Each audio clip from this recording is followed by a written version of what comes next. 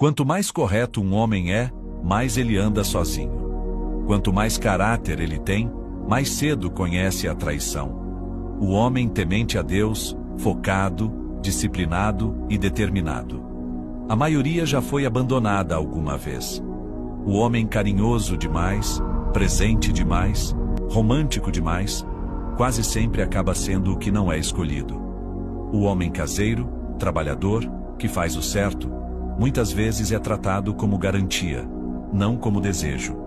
E garantia não é valorizada, é usada. Por isso, tantos homens bons seguem em carreira solo. Não por ódio às mulheres, mas por cansaço de dar o melhor e receber migalhas em troca.